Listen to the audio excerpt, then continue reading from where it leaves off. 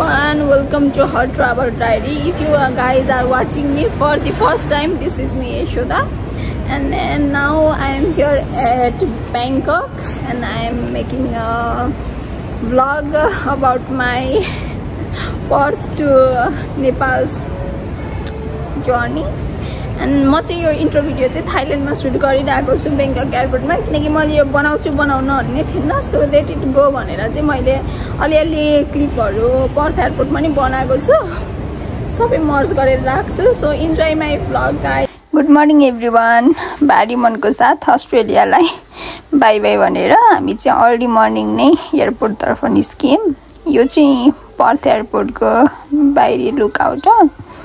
अनि म चाहिँ एयरपोर्ट पुगिसके अनि बोर्डिङ पास पनि लिइसके. अनि म चाहिँ हजुरलाई पर्थ एयरपोर्ट देखाउँछु. सानो छ पर्थ एयरपोर्ट तर राम्रो छ. अनि यता चाहिँ छ ड्युटी फ्री. ड्युटी फ्रीमा पनि छ राम्रो धेरै ब्रान्डहरु नै छ, त्यस्तो धेरै सानो चाहिँ हैन, ठिकै छ पर्थ एयरपोर्ट. अनि अहिले चाहिँ म यता एकछिन घुम्दै छु ट्रान्जिटतिर नै. रमाइलो लाग्छ मलाई चाहिँ, म किनभने म अलि अर्ली नै पुगिसकेको थिएँ एयरपोर्ट. अनि यतिकै एकछिन बरु घुमेर बस्छु ड्युटी फ्रीतिर, केही भेटिन्छ भने किन्छु नि भनेर यसो हिँडिरहेको थिएँ. म चाहिँ आज थाई एयरलाइन्सबाट चाहिँ ट्राभल गर्दैछु. थाई एयरलाइन्सबाट मेरो फर्स्ट एक्सपिरियन्स हो, त्यही भएर नि मैले ब्लग बनाउने सोचेको. अनि अहिले चाहिँ मेरो इमिग्रेसन पनि पास भइसक्यो र फ्लाइटको लागि वेट गरिरहेछ. मैले चाहिँ हामी फ्लाइट्समा जाँदैछौँ हैन. अनि यो चाहिँ एयरक्राफ्ट भयो. अनि अस्ट्रेलियादेखि बेंगकक जाने एयरक्राफ्ट चाहिँ एकदम ठुलो हुँदै रहेछ है थाई एयरलाइन्सको. अनि इकोनोमी, प्रिमियम इकोनोमी, बिजनेस गरेर तीनटा क्लास रहेछ. अनि यता चाहिँ यो बिजनेस क्लासहरु हो. अनि मैले चाहिँ टिकट अनलाइन थ्रु काटेको थिएँ. अनि बोर्डिङ पास चाहिँ उही गएर लिएको थिएँ. अनि मैले इकोनोमीकै टिकट काटेको थिएँ, तर लक्कीली मलाई प्रिमियम इकोनोमीको टिकट सिट मिल्यो हैन. त्यो चाहिँ मलाई चाहिँ एकदम खुसी लाग्यो. अनि प्रिमियम इकोनोमीमा चाहिँ इकोनोमीमा भन्दा अलि धेरै फ्यासिलिटिजहरु हुने रहेछ. अनि मैले पाएँ ब्ल्याङ्केट्स कति क्युट छ क्या. अनि त्यसपछि अनि पिलो, अनि यहाँको लेग स्पेसहरु पनि राम्रो रहेछ. अनि इयरबड सबजनालाई इयरफोन्स दिँदो रहेछ हैन. अनि त्यस ट्राभल चाहिँ आजको चाहिँ एकदमै रमाइलो हुनेवाला छ. सो हजुरले चाहिँ भिडियो हेर्नु होला. अनि उसमा पनि स्काई नेट पनि हुने रहेछ हैन थाई एयरलाइन्समा. अनि डिफ्रेन्ट फिचर्सहरु थियो के, यो टिभीमा पनि डिफ्रेन्ट फिचर्सहरु थियो. मैले चाहिँ सबै कुराहरु के रहेछ भनेर युटिलाइज गरे, यिनीहरुको सबै कुराहरु हेरे हैन. अनि रिमोट्सहरु पनि दिदो रहेछ. जे भने म बाटिकमा हो अलि धेरै ट्राभल गरेको यहाँ भन्दा पहिला हैन. बाटिक भन्दा त एकदमै धेरै राम्रो भेटे मैले थाई एयरलाइन्स. अनि त्यो रिमोटमा चाहिँ हेर्नु नि, त्यहाँ attendant, call, volume off, back, यताउति सबै कुराहरु त्यही रिमोटबाट कन्ट्रोल हुँदो रहेछ क्या. दाबिरहनु पर्दैन रहन्छ. अनि म कम्फर्टेबली अब चाहिँ मुभी इन्जोय गर्छु भनेर बसिरहेको थिएँ. ट्याक्कै खाना आइपुग्यो. अनि खाना पनि राम्रो थियो, थाई फुड है, एकदमै मिठो लाग्यो मलाई. यो स्टिकी राइसहरु, अनि त्यसपछि त्यहाँबाट पफ, अनि उनीहरुको स्वीट्सहरु नि मिठो थियो. अनि कफीहरु बेला बेलामा आइरहेको थियो. अनि मैले चाहिँ यो मिस्टर जेफ बेजोसको यो लाइफ डकुमेन्ट्री हेरेँ हैन, यो अमेजनको फाउन्डरको. एकदम राम्रो थियो, इन्स्पायरिङ पनि थियो हैन. अनि अन्तले 1.5 घण्टा थियो मुभी हैन. फ्लाइट चाहिँ एकदम लामो थियो, तर बेला बेलामा जुसहरु पनि आइरहेको थियो हैन. अनि मैले फेरि अर्को यो डकुमेन्ट्री हेरेँ. यस्तै गरेर एकछिन सुतेर अनि मेरो चाहिँ ल्यान्डिङको टाइम भयो. ओभरअलमा मेरो एक्सपिरियन्स चाहिँ एकदमै राम्रो थियो हैन थाई एयरलाइन्समा फ्रम पर्थ टु बेंगकक चाहिँ. अनि अब आई डोन्ट नो अब बेंगकक टु नेपाल कस्तो हुनेवाला छ. फाइनली म चाहिँ बेंगककको सुवर्णभूमि एयरपोर्ट ल्यान्ड भइसकेको छु. देख्न सक्नुहुन्छ यो एयरपोर्ट पनि एकदमै ठुलो रहेछ है. मैले एक्सपेक्ट गरेको भन्दा धेरै ठुलो रहेछ यो एयरपोर्ट पनि। अनि जोहरू पनि यसरी नै इन्टरनेसनल ट्राभल गर्दै हुनुहुन्छ हैन फर द फर्स्ट टाइम भने चाहिँ तपाईहरु ल्यान्ड हुने बित्तिकै चाहिँ ट्रान्जिटमा हेर्नै पर्ने कुरा भनेको चाहिँ यो फ्लाइट बोर्ड हो। यो फ्लाइट बोर्डमा चाहिँ तपाईको नेक्स्ट फ्लाइट कहाँ जाँदै छ भनेर चाहिँ इन्फर्मेसनहरु दिएको हुन्छ हैन।